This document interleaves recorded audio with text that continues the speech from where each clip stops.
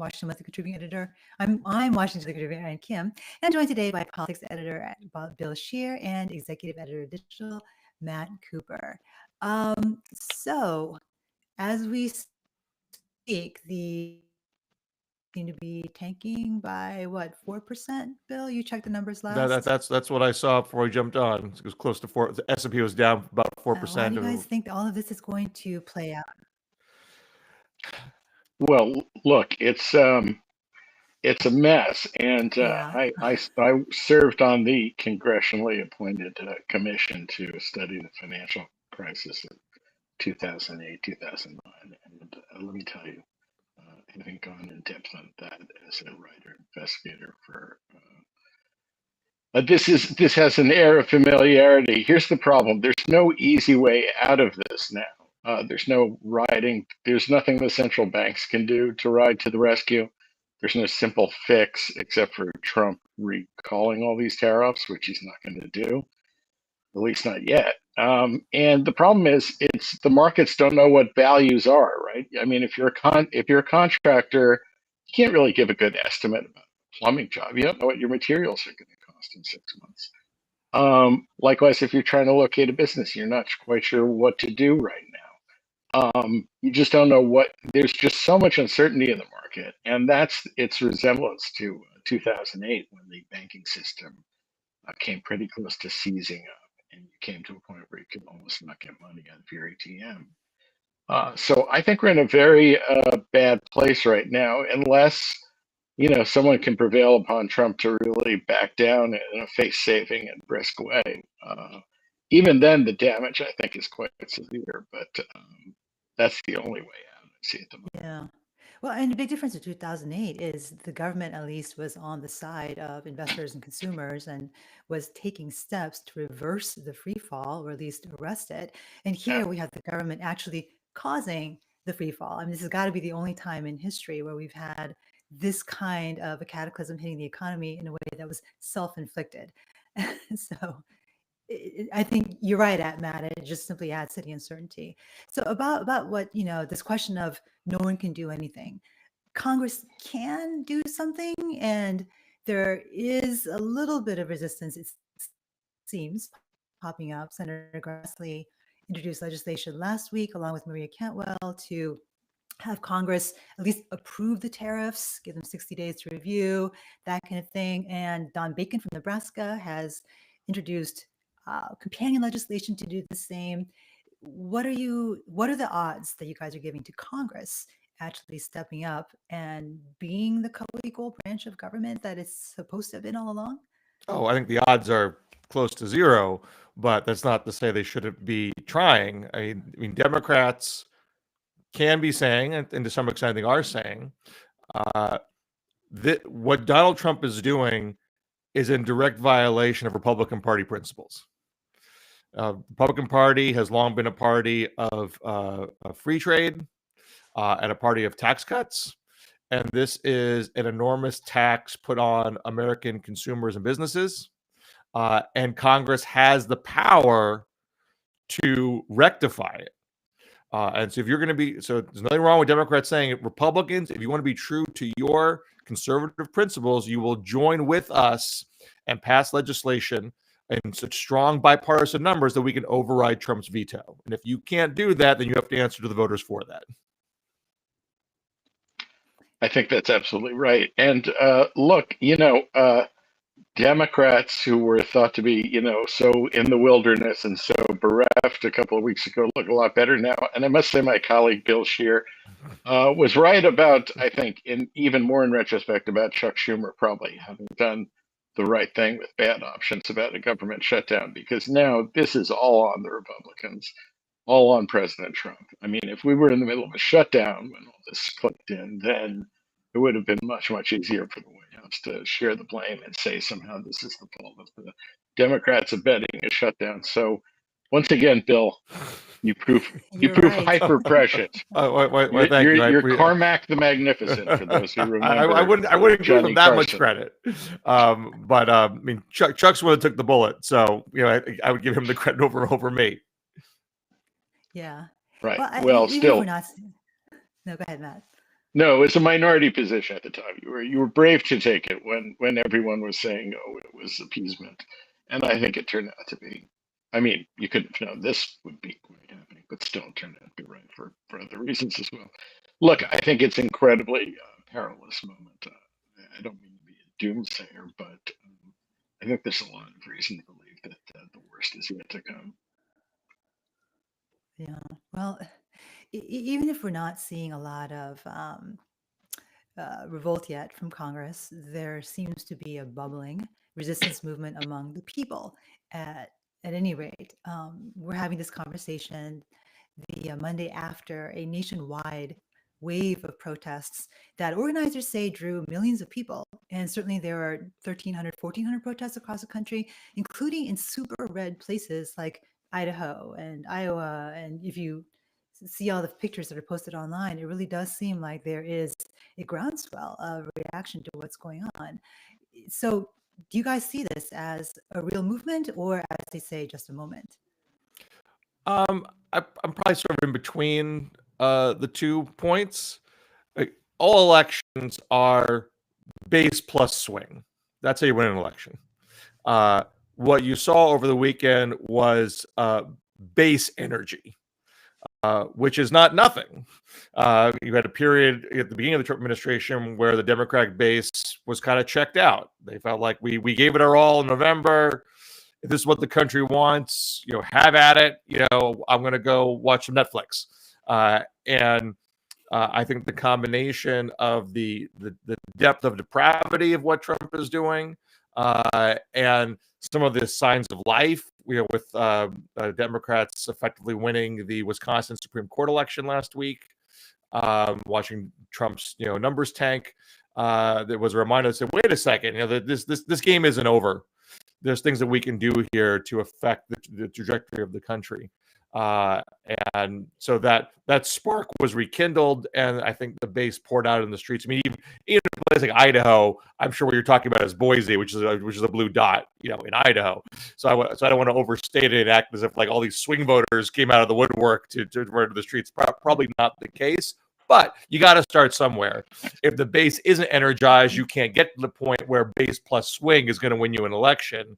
So I think you're seeing the Democratic Party, get its sea legs back, which is the first step. Yeah, I've got to say, my 84-year-old mom protested for the first time. She lives in Orlando, Florida, and so they were down in downtown Orlando, and she sent pictures. And Orlando is bluish, but it's in a deeply ruby red state where Democrats have kept their head down. So it's kind of interesting to see how that's playing out. Yeah, and those protests were before we really, took it on the chin as much here. I mean, I think they're like, it's not the last word. We're only 3 months into the administration. A lot more protests are going to happen. I think the next one is actually scheduled for the 14th.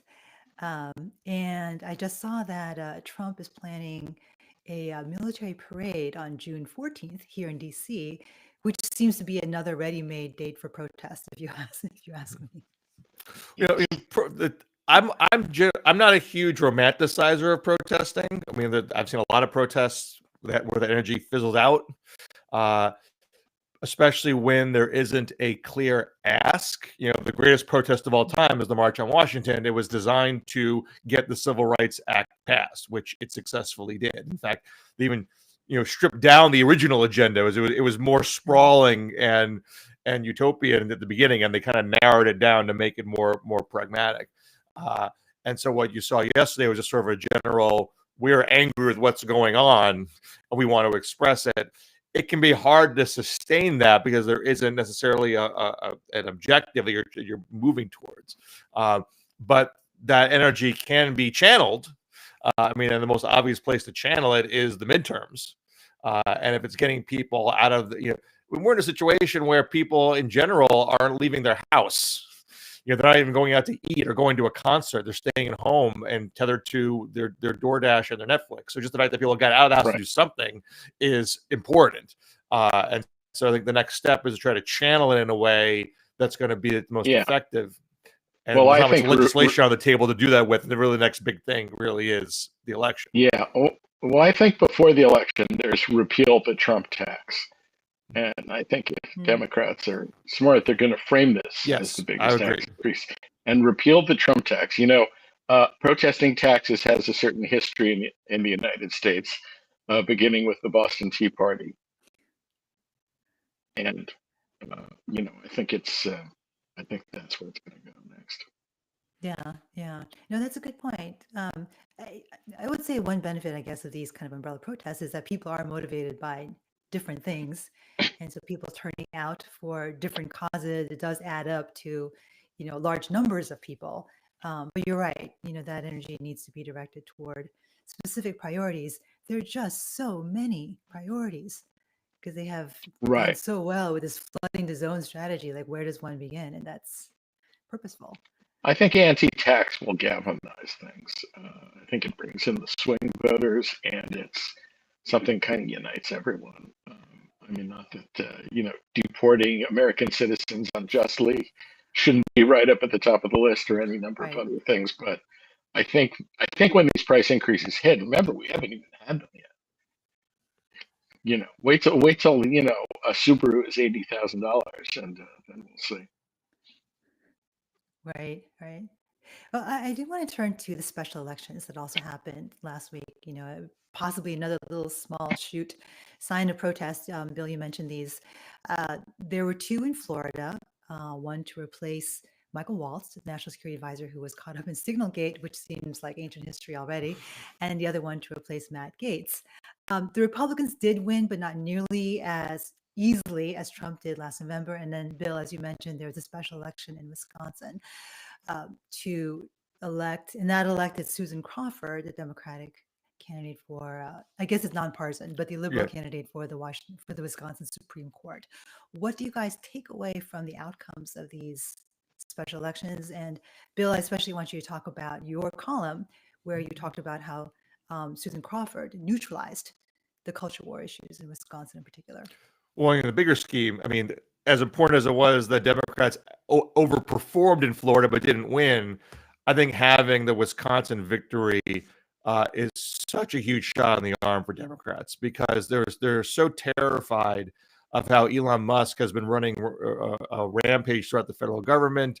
Is he just going to buy American democracy outright? Is he going to throw his money into every election and twist everything on for self-interest? And so for him to go into Wisconsin is as purple as it gets. This is a razor edge state that's had close election after close election.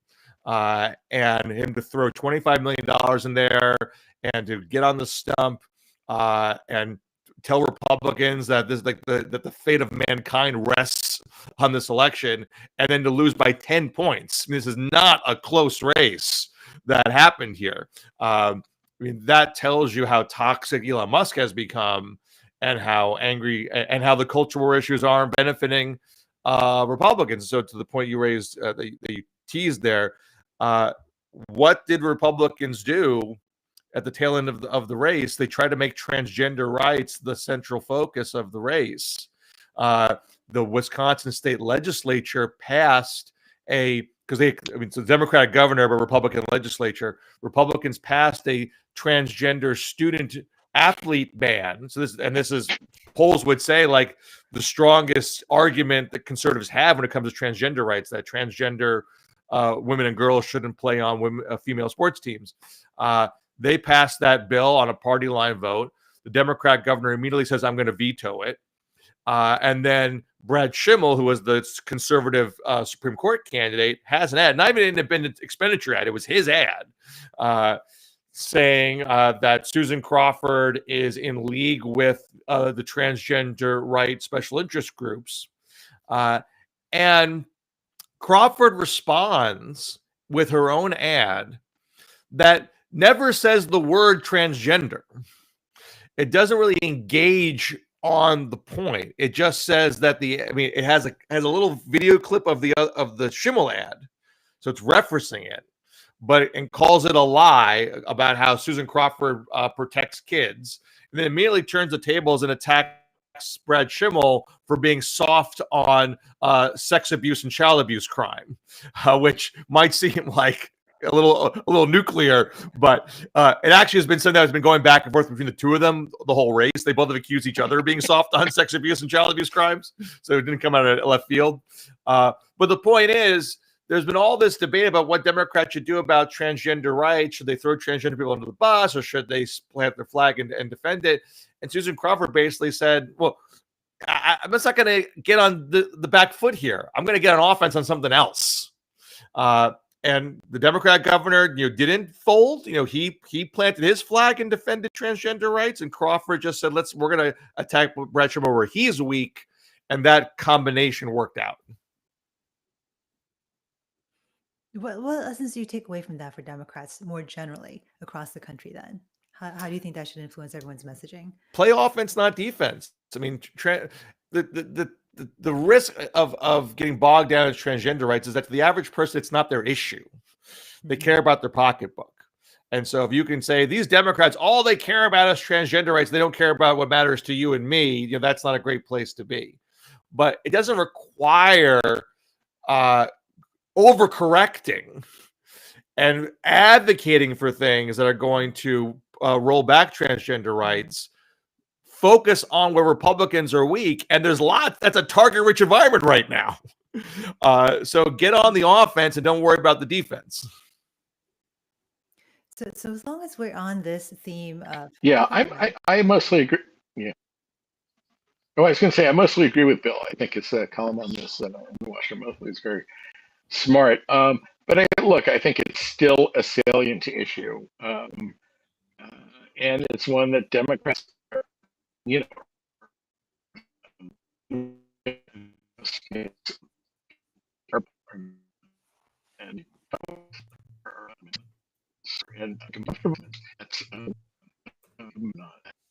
something happened, and I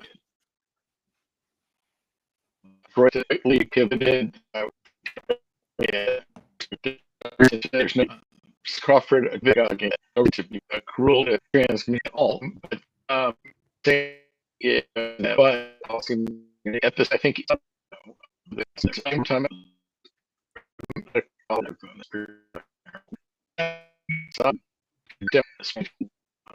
Hey, Matt, we're losing you, unfortunately. They want to be okay.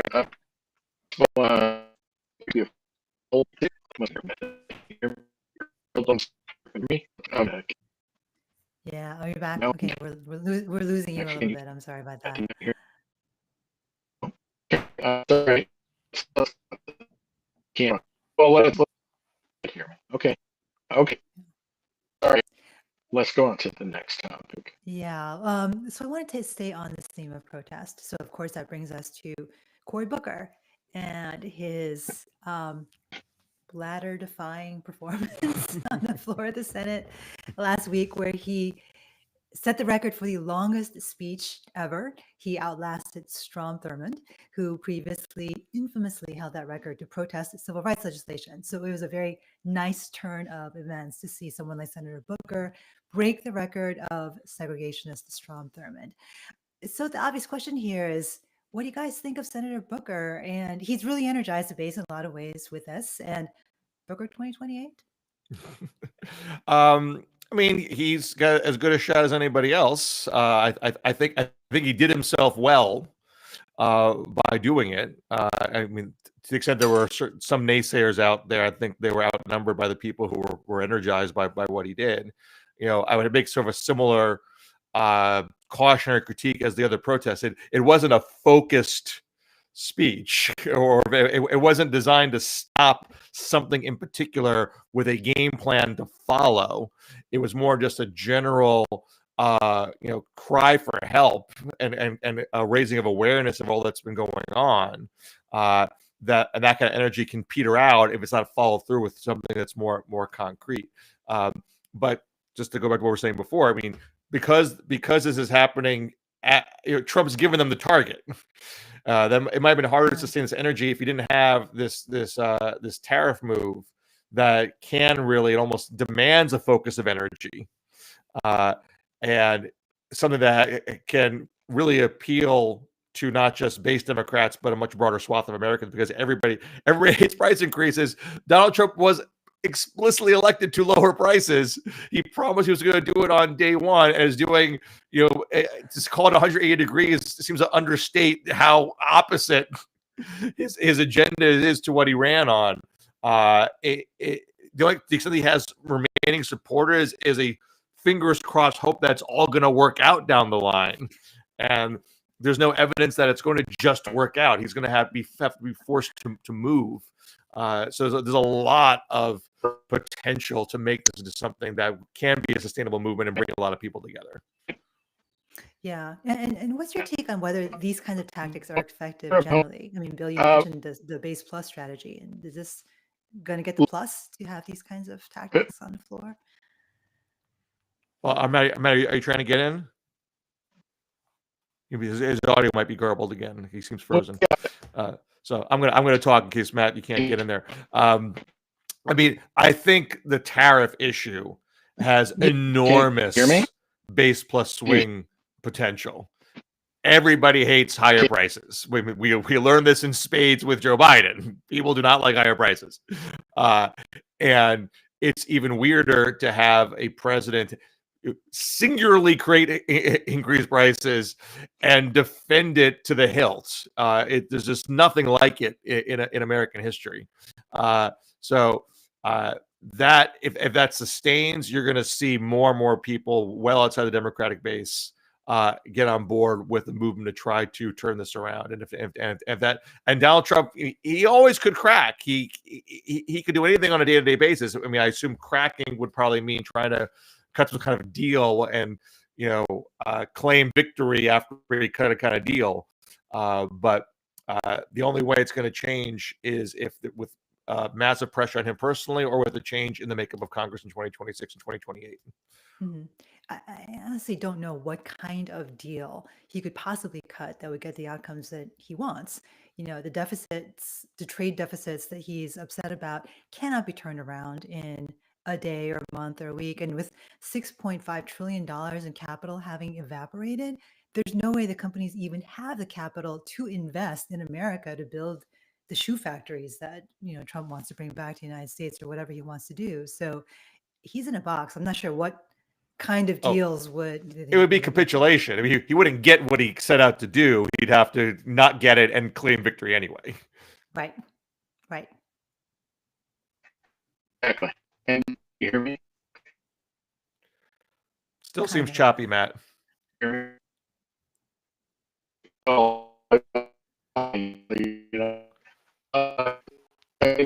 you're a little.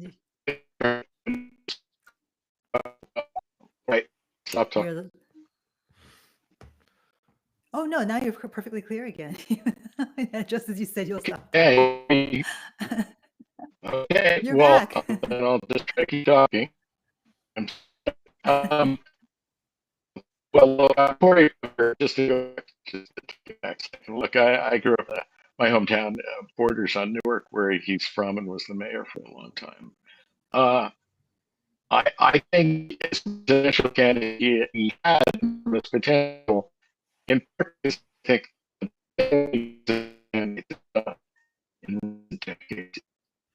generally, God, we've lost you again. Party. I'm sorry. Okay. Right. Well, we are all actually almost out of time, so I do want to ask the final question, as always. What are you looking for this week? I know, Bill, you have been on this reconciliation thing. What are you looking for in reconciliation this week? Yeah, I'm still tracking it. I mean, I haven't written about it yet, but it's still sort of on the corner of my eye. We just saw the Senate pass a budget resolution. At the end of the procedural weeds, the Congress has to pass a budget resolution, which is non-binding as a precursor to doing budget reconciliation, which is the one way to pass legislation that averts filibuster. And the House and Senate Republicans do not agree on the scope of tax cuts and spending cuts that they want to do. Normally, they kind of hash that out in the budget resolution process before writing the reconciliation legislation. They've decided to punt on that completely and pass a resolution that kind of says, everybody go do their own thing, and we'll kind of work it out later. And And this is something that actually is important to Donald Trump, because he wants to be able to say, don't worry about these price increases from the tariffs. I just gave you a giant tax cut. But if they can't agree, and there's a couple problems with that. One, even the maximum level of tax cuts they're proposing, the lion's share of it is an extension of the previous Trump tax plan from 2017. It's not a new tax cut. Right. So there will there's not a be deflationary pressure on this, right. right? There's a piece of it that would be new, and how much that would be is still up in the air. But they're talking something in the range of like $1 trillion over 10 years, whereas Trump's trade advisor Pierre Navarro has said this is going to be the tariffs are going to bring in $6 trillion over 10 years. So the extra tax would not in any way offset that extra cost.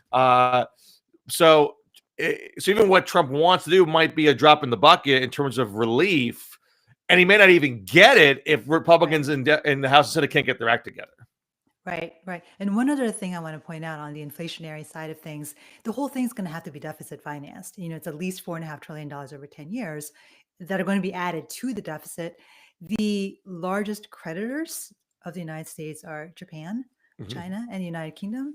If I were them, maybe I would stop buying treasury bonds to finance this. I mean, and that, of course, would cause yet more pain for Americans. And with higher interest rates. And it's not something that the Fed can fix at this point, I don't think. So fun times ahead. So Matt, do you want to try to get a last word in here on what you're looking for this week before we say goodbye? I think very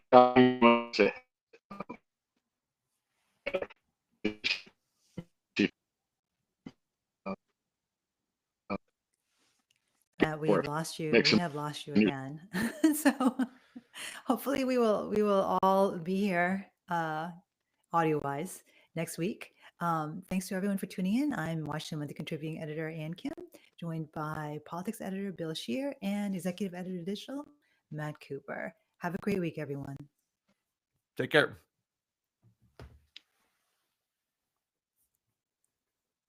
Oh, Matt, I'm so sorry. Matt, you there? Matt?